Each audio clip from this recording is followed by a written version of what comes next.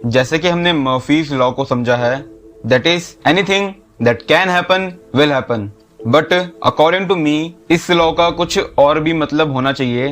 And अगर आप जानना चाहते हैं कि वो क्या है, देन इस वीडियो को एंड तक देखें।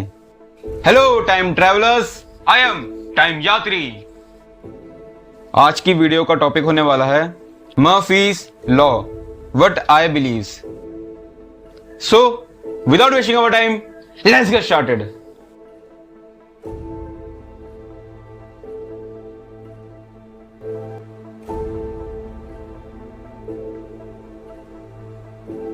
मर्फीज लॉ, तो जैसे कि हमने इसे समझा है, that is anything that can happen will happen, but according to me इसका कुछ और भी मतलब हो सकता है, which is anything that had happened will happen again. मतलब जो चीजें हुई थी वो दोबारा होंगी, मतलब चीजें रिपीट होंगी।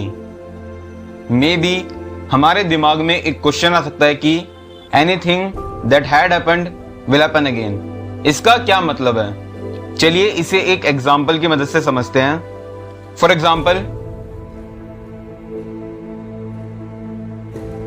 जब भी कोई सीढ़ियों में चलता है तो उसके कुछ चांसेस होते हैं कि वो गिर जाए।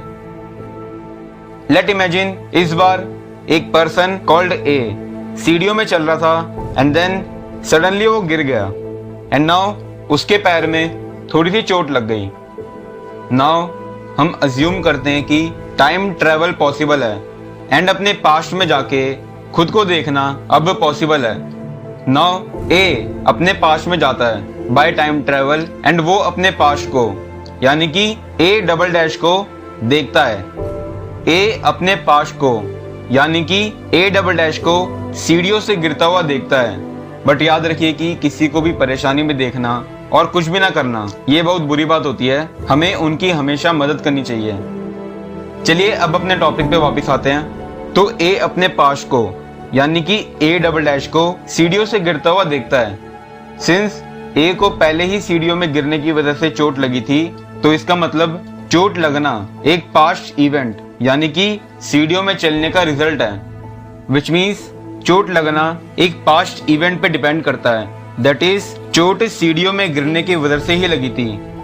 एंड एक चीज याद रखिए कि सिंस ए अपने अतीत में टाइम ट्रेवल करके गया था, सो नाउ ये जो ए का अतीत होगा ये अब ए का वर्तमान बन जाएगा।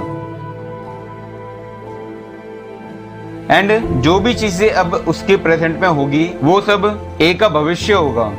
नाउ क्या हो अगर ए अपने पास्ट को यानी कि ए डबल डैश को गिरने से बचा ले एंड अपने आप को चोट भी ना लगने दे, तब क्या होगा। चलिए समझते हैं। सिंस ए को सीढ़ियों में गिरने की वजह से ही चोट लगी थी, सो पास्ट को चेंज करने से कुछ भी नहीं होगा। ए का सीढ़ियों से गिरना एंड देन चोट लगना, ये पूरा इवेंट पास्ट में फिर से होगा। That is falling had happened so it will happen again. मतलब कि गिरना हुआ था तो ये दोबारा पास्ट में होगा। सो नाउ हम ये कंक्लूड कर सकते हैं कि every event repeat itself somewhere in past. तो इसका मतलब अगर हम सोचें तो हम ये कह सकते हैं कि टाइम एक लूप की तरह काम करता है जो कि हमेशा रिपीट होता रहेगा। दैट इज चीजें जो हुई थी वो होंगी एंड रिपीट होती रहेंगी like an infinite loop. And remember Murphy's law, what I believe, ये एप्लीकेबल तभी होगा जब हम ये अज्यूम करें कि पास्ट में टाइम ट्रेवल करके जाना पॉसिबल है, बट ये हर बार जरूरी नहीं है। एंड इवन अगर हम सोचे तो हर इवेंट कहीं ना कहीं पास्ट में हो ही रहा होगा। आई होप अब आपको Murphy's law, what I believe बहुत अच्छे से समझ में आ गया होगा। सो एट द एंड रिमेंबर, अगर आपको मेरी कंप्लीट वीडियो में कहीं पे भी डाउट होता है या कोई चीज कंफ्यूजिंग लगती है, then you are always welcome in the comment section. चलिए अब मैं आपसे मिलता हूं मेरी अगली वीडियो में बहुत जल्दी। Till then keep thinking and accept Murphy's law and